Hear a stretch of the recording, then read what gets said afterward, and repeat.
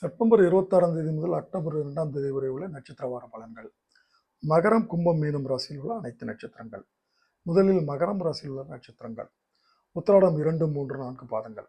பாக்கியஸ்தானத்தில் சூரியன், புதன் இருப்பதால் இதுவரை இருந்து வந்த நெருக்கடிகள் விலகும்.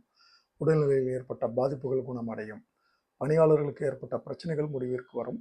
பொன் பொருட்கள் சேரும். திருவோணம் ராசிக்கு செவ்வாயின் பார்வையும் குடும்பஸ்தானத்திற்கு குரு பார்வையும் உண்டாவதால் சில வேளைகளில் துணிச்சலாக ஈடுபடுவீர்கள். எதிர்பார்த்த வரவுகள் வரும். வியாபாரம், தொழில் லாபம் தரும். எடுக்கும் வேலை அனைத்தும் வெற்றியாகும். அவிட்டம் 1, 2 பாதங்கள்.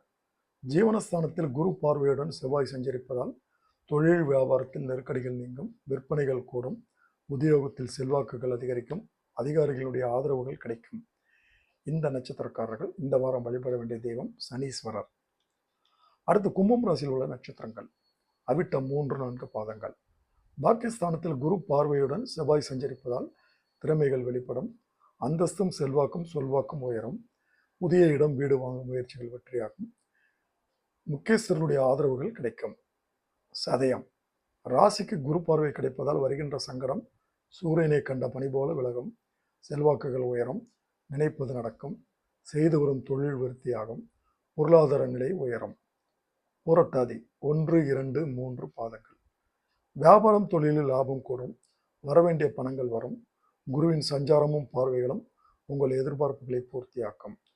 சப்தமஸ்தானத்தில் சுக்கிரன், கேது சஞ்சரிப்பதால் எதிர்பாலினத்தால் சங்கடங்களுக்கு ஆளாவீர்கள்.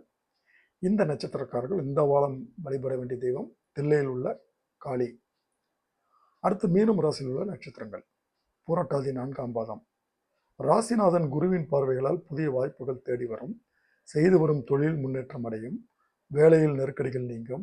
வேலை தேடியவர்களுக்கு நல்ல தகவல்கள் வரும். உத்திரட்டாதி சத்ரு ஜெயஸ்தானத்தில் கேது சஞ்சரிப்பதால் உங்களை சங்கடப்படுத்திய பிரச்சனை இருந்த இடம் தெரியாமல் போகும். உடல்நிலை சீராகும். வழக்குகளில் வெற்றிகள் கிடைக்கும். தொழில் வியாபாரம் முன்னேற்றம் அடையும். ரேவதி புதனும் சூரியனும் புத ஆதித்ய யோகத்தை அளிப்பதால் வரவுகள் அதிகரிக்கும்.